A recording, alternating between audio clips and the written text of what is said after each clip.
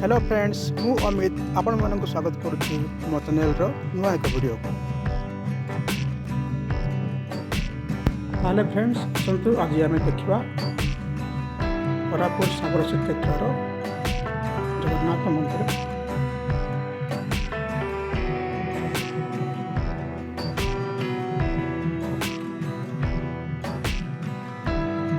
आसतु आज आम बुलवा ये जगन्नाथ मंदिर आ देखा यही मंदिर में कौन कौन सब अच्छे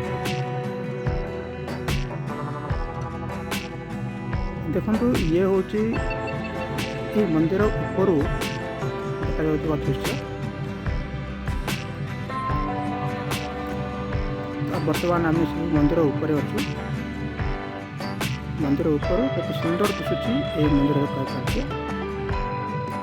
आउ प्रथमे मु कहवाक चाहूँगी जे बोधे ये वीडियो हूँ प्रथम वीडियो जहाँकि राति रेकर्डिंग कराई। आउ रात्रि कालीन दृश्य को मु देखा चेष्टा करुँची जे कोरापुट साबर श्रीक्षेत्र जगन्नाथ मंदिर रात्रि कालीन दृश्य केमती देखा जाए राति ये मंदिर केमती देखा जाए।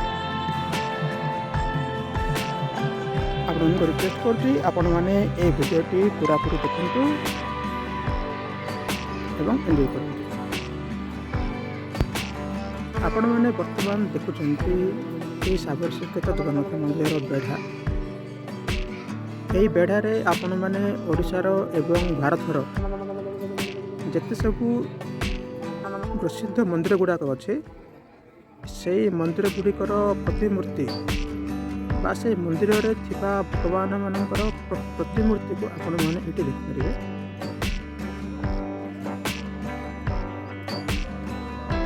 देशर प्रमुख पीठ गुड़िकर प्रतिमूर्ति गुड़िकर दर्शन इतने आम कर जहाँकि एक बहुत भल पदक्षेप ये मंदिर परिचालन कमिटी द्वारा पूरा चारि धाम दर्शन करेंगे ये आपण मैंने देशर प्रमुख पीठ गुड़िकर देवादेवी दर्शन आपण मैंने यही करेंगे। देखो सागर श्रीक्षेत्र जगन्नाथ मंदिर बेढ़ा परिक्रमा।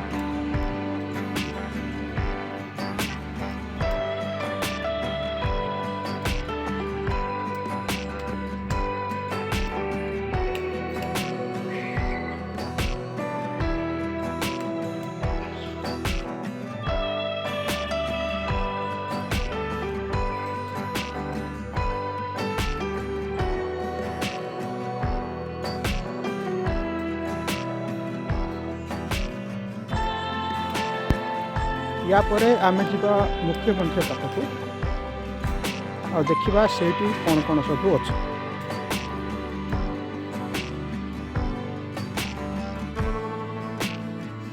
यह एक शिव मंदिर अटे। जगन्नाथ मंदिर परिसर में एक शिव मंदिर देखो केते सुंदर दिशुची यही जगन्नाथ मंदिर भाई सागर श्रीक्षेत्र। और राति रे ये मंदिरटी आहरी बहुत सुंदर दिशे। आपण मैंने वर्तमान देखुं 22 पाहाच जमीती पूरी श्री मंदिर में 22 पाहाच अतिक्रम कर मुख्य मंदिर भितर प्रवेश करने हुए। ठीक सेमती यही साबर श्रीक्षेत्र जगन्नाथ मंदिर में एमती 22 पाहाच चढ़ी मुख्य मंदिर भितर को जावाक हुए। और यहाँ हूँ गरुड़ स्तंभ। तो जमी प्रायतः सबू जगन्नाथ मंदिर में एमती गरुड़ स्तंभ थाए। यहाँ हूँ मुख्य मंदिर साबर श्रीक्षेत्र जगन्नाथ मंदिर हूँ मुख्य मंदिर।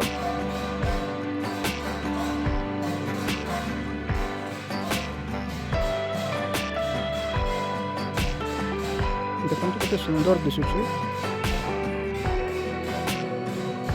आम ये पाचेरी को कहीपर मेघनाथ पाचेरी। और दर्शक बंधु ये हूँ पतितपावन।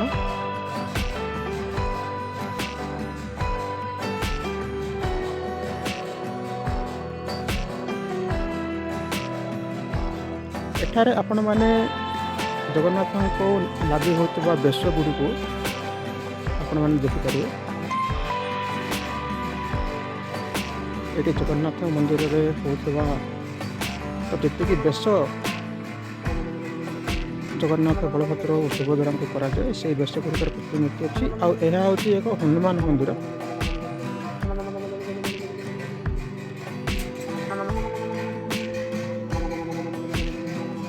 ଏଇଟା ହେଉଛି ଗଣେଶ ମନ୍ଦିର।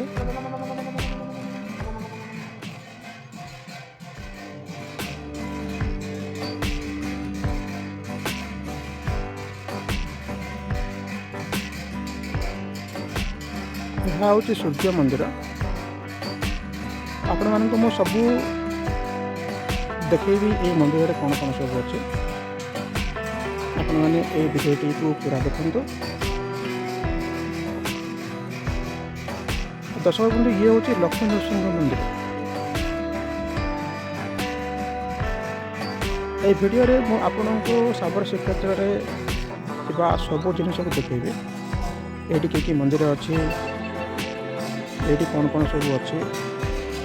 ଆପଣମାନେ ଏହି ଭିଡ଼ିଓକୁ ସମ୍ପୂର୍ଣ୍ଣ ଭାବେ ଦେଖନ୍ତୁ। ଆଉ ଦେଖନ୍ତୁ, ଇଏ ଏକ ସୁନ୍ଦର ମୂର୍ତ୍ତି ରାଧାକୃଷ୍ଣଙ୍କର, ଯାହା କାଠରେ ତିଆରି କରାଯାଇଛି। ଆଉ ଦେଖନ୍ତୁ ଆପଣମାନେ ଜଗନ୍ନାଥ ବଳଭଦ୍ର ଓ ସୁଭଦ୍ରାଙ୍କୁ ହେଉଥିବା ବିଭିନ୍ନ ପ୍ରକାର ବେଶର ପ୍ରତିମୂର୍ତ୍ତି।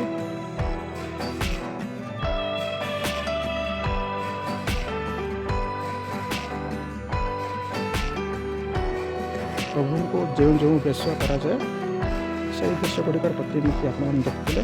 ଆଉ ବର୍ତ୍ତମାନ ଇଏ ହେଉଛି ବିମଳା ମନ୍ଦିର। ପ୍ରାୟତଃ ସବୁ ଜଗନ୍ନାଥ ମନ୍ଦିରରେ ଏହି ମନ୍ଦିର ଥାଏ। ଆଉ ଚୈତ୍ର ମାସ ଚାଲିଥିବା ଯୋଗୁଁ ମା ବିମଳାଙ୍କର ଯାତ୍ରା ବି ଅନୁଷ୍ଠିତ ହେଉଛି ବର୍ତ୍ତମାନ। ଆଉ ଇଏ ହେଉଛି ସରସ୍ୱତୀ ମନ୍ଦିର।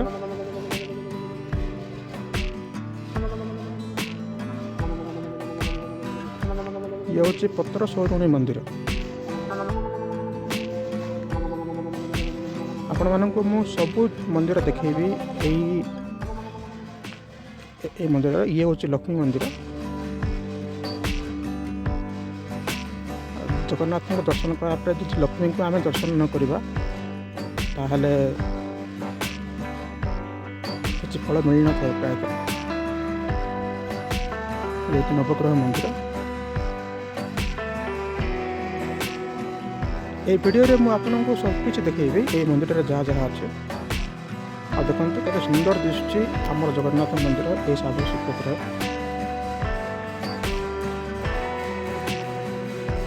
এই ভিডিওକୁ ଦେଖନ୍ତୁ ଆଉ ଉପଭୋଗ କରନ୍ତୁ। ଆଉ ପ୍ଲିଜ୍ ଆପଣଙ୍କୁ ରିକ୍ୱେଷ୍ଟ କରୁଛି, ଆପଣମାନେ ଏହି ଭିଡ଼ିଓଟିକୁ ଗୋଟିଏ ଲାଇକ୍ ଦେଇଦିଅନ୍ତୁ।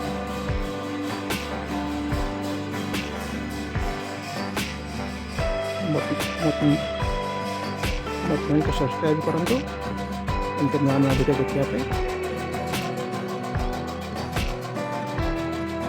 ଆପଣଙ୍କୁ ବର୍ତ୍ତମାନ ମୁଁ ଦେଖାଉଛି ଏହି ଜଗନ୍ନାଥ ମନ୍ଦିରର ଚାରିପାଖରେ କେମିତି ଦେଖାଯାଏ ଏହି ମନ୍ଦିରରେ।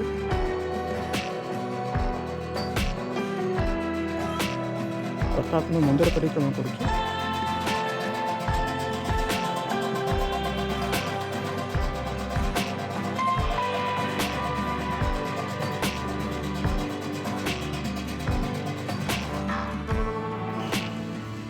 ଆଉ ଦେଖନ୍ତୁ ବର୍ତ୍ତମାନ ଏଇଟା ମୁଖ୍ୟ ମନ୍ଦିର ଯେଉଁଠି ଜଗନ୍ନାଥ ବିରାଜମାନ କରନ୍ତି।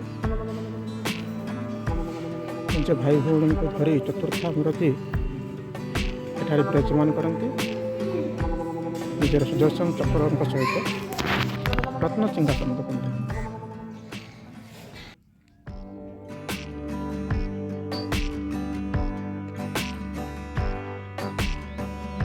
ରତ୍ନ ସିଂହାସନ ଚତୁର୍ଥ ମୂର୍ତ୍ତି ଜଗନ୍ନାଥ ବଳଭଦ୍ର ସୁଭଦ୍ରା ଏବଂ ସୁଦର୍ଶନ। ଏଇଟା ହେଉଛି ଶ୍ୟାମକୁଞ୍ଜ, ଯାହା ମୁଁ ଆପଣଙ୍କୁ ପ୍ରଥମେ ଦେଖାଇଥିଲି। ଏଠାରେ ରାଧାକୃଷ୍ଣଙ୍କର ଏକ ସୁନ୍ଦର ମୂର୍ତ୍ତି ତିଆରି କରାଯାଇଛି।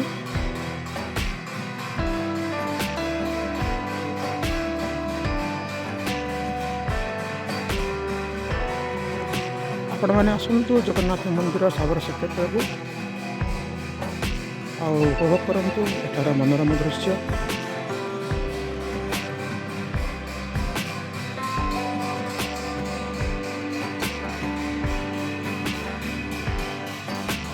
ଦକ୍ଷିଣ ଓଡ଼ିଶାର ଇଏ ହେଉଛି ଏକ ପ୍ରମୁଖ ପୀଠ ଆଉ ଏହା ହେଉଛି ଏକ ପ୍ରମୁଖ ମନ୍ଦିର। ଆପଣମାନେ ବର୍ତ୍ତମାନ ଦେଖୁଛନ୍ତି ମା ବିମଳାଙ୍କ ବାସନ୍ତିକ ଦୁର୍ଗା ପୂଜା। ଏଇଟା ପ୍ରତ୍ୟେକ ଚୈତ୍ର ମାସରେ ଅନୁଷ୍ଠିତ ହୁଏ।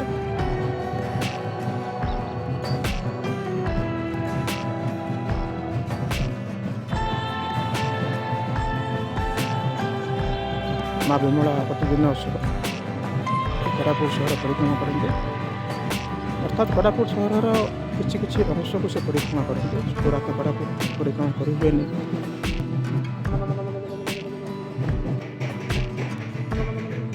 ପ୍ରତିଦିନ ଗୋଟିଏ ଗୋଟିଏ ଭକ୍ତ ମାଆଙ୍କ ମୁଣ୍ଡେ ଏଇଟା କରିଥାନ୍ତି।